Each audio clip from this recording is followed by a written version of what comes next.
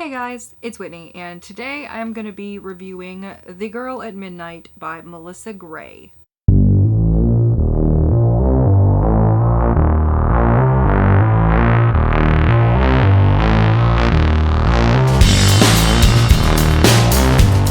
So I ended up getting this book early.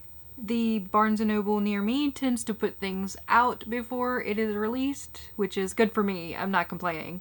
There's just something about this book from the very beginning that made me want to pick it up and read it. That very well could have been the fact that I just got back from New York and the book is set in New York. Or it could have been the fact that I really liked the idea of a race of people who had feathers and that could do magic, and maybe I was just in the mood for urban fantasy.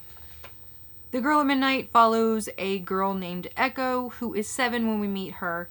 But the story doesn't really start until she is around the age of 17.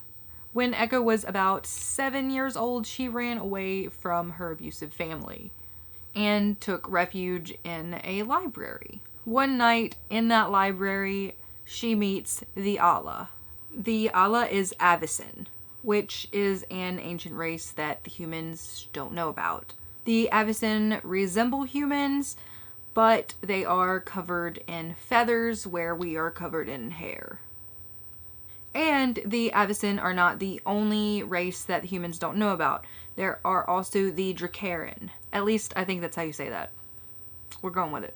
There has been a war going on between the Avicen and the Dracarin for hundreds of years. The Dracarin are similar to the Avicen in the sense that they have human features. They have more human features than the Avicen. The only thing that really sets them apart and makes them different is their eyes, the color of their eyes, things like that, and the fact that they do have hints of dragon scales in different places on their bodies.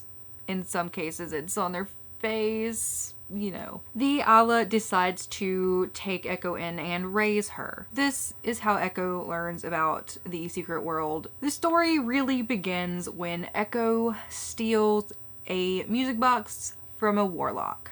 And inside of that music box, she finds a clue to locating the mythical Firebird, which is said to have the power to stop the war between the Avicen and the Dracarin. So if that sounds interesting to you, you should definitely go and check that out. I really enjoyed it, and I think that if you like urban fantasy and all of that jazz, you'd probably like this book. But I'm going to go ahead and tell you a little bit more about it. The novel was written in third-person point of view. The main 2 points of view that we get to read from are Echo and Caius. First off, we have Echo, who I mentioned earlier is the main character of the story. I loved her from the very beginning. She was so sarcastic, and even really bad situations couldn't change that. She also had this crazy sweet tooth that I found really amusing. Next up is Caius, who is the Dracarin prince, whose mission has been to find the Firebird and end the war. On occasion, we get to read from the point of view of some supporting characters. Ivy, who is Echo's best friend and also Avicen. She is a healer in training. Second character is Rowan. He is the first male character that we meet, and I automatically assumed that he would be the love interest because, I mean, come on, this is YA. There's usually a love interest.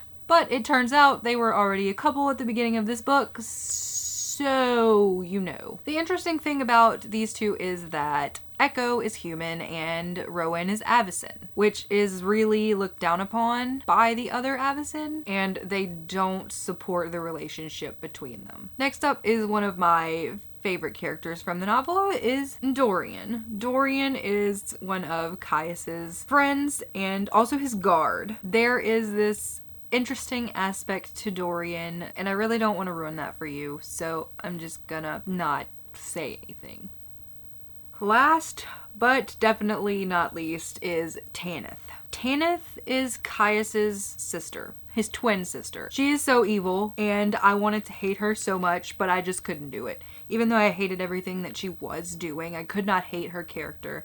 There was just something that kept me from 100% disliking her. The writing style in this book reminded me a lot of Cassandra Clare. It was very flowery and descriptive, but it got the message across. And I feel that since this was a fantasy novel, that it really helped make the world more vivid. Overall, the concept of a hidden world isn't new, but I think that Melissa Gray did a great job with it. I loved the world that she created, but I couldn't help notice some things that made it feel similar to some of my other favorite books and movies. And let me make this clear, that is not a bad thing, not in this case. The in-between, which is a way that the Avacyn and the Dracarin travel, reminded me a lot of The Archived by V.E. Schwab. And the way that they accessed the in-between reminded me of Floo powder from Harry Potter. So those are two great things right there. The whole Avacyn race reminded me of the movie Howl's Moving Castle. Howl specifically when